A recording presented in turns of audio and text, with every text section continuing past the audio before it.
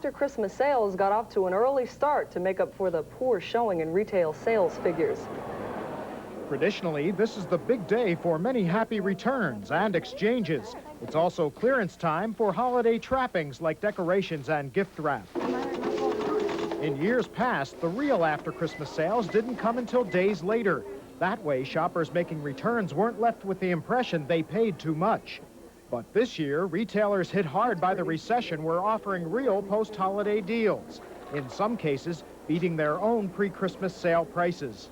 50% off, 60% off, 40, 30. But retail analysts fear that the browsers still outnumber the buyers, after Christmas specials notwithstanding. When all figures are told in January, they say this will be another dismal Christmas for the retail sector. Even though the recession is forcing retailers to cut their profit margins, what looks like a bargain today may not look so good next week. This apparel shop won't make its after-Christmas markdowns until Sunday. These signs are left over from before Christmas.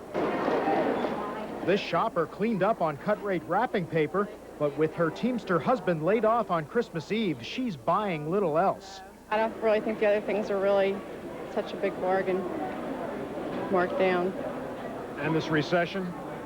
Well, it's hurting everybody, I think. This is $6.95 and these are $4.95. Even retailers packing them in with after-Christmas bargains doubted whether this year-end flurry would be enough. It may not make up for the year, but as a whole, we haven't done that badly. But the absence of heavy crowds seems to indicate the recession is robbing consumers of their power to spend, no matter how deep the discounting. In Deptford, New Jersey, Victor Livingston, the 10 o'clock news. As Tom Hendrick mentioned earlier, President Bush nominated a new Commerce Secretary today. She is Barbara Franklin, a native of Pennsylvania. Franklin spent 8 years at the Wharton School of Business. She directed the school's government and business program from 1980 to 1988.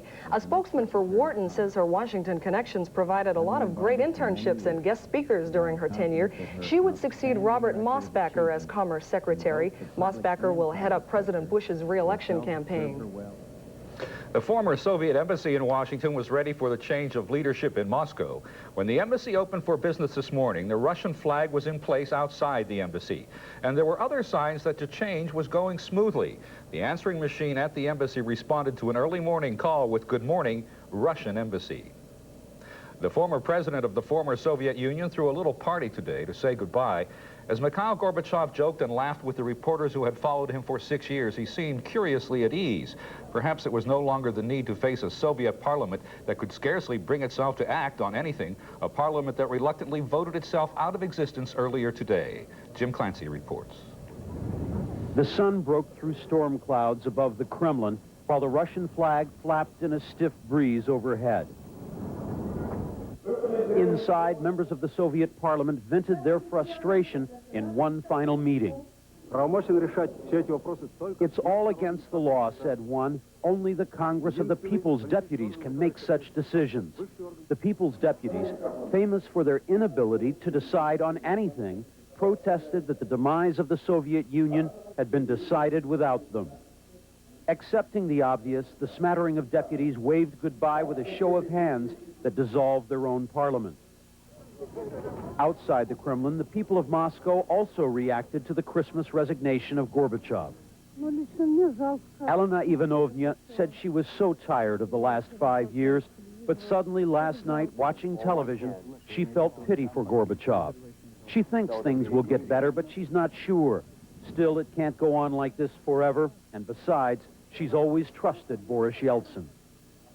But Yeltsin's drive to manage reforms in Russia and maintain a role as the de facto leader of the new Commonwealth rumbled toward a rift.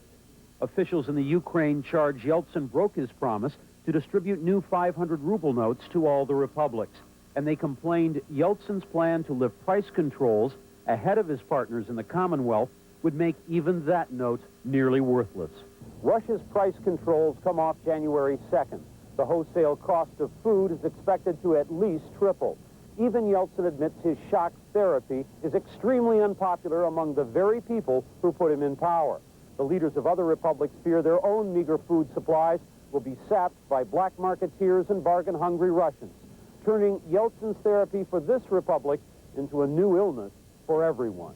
Jim Clancy, Moscow.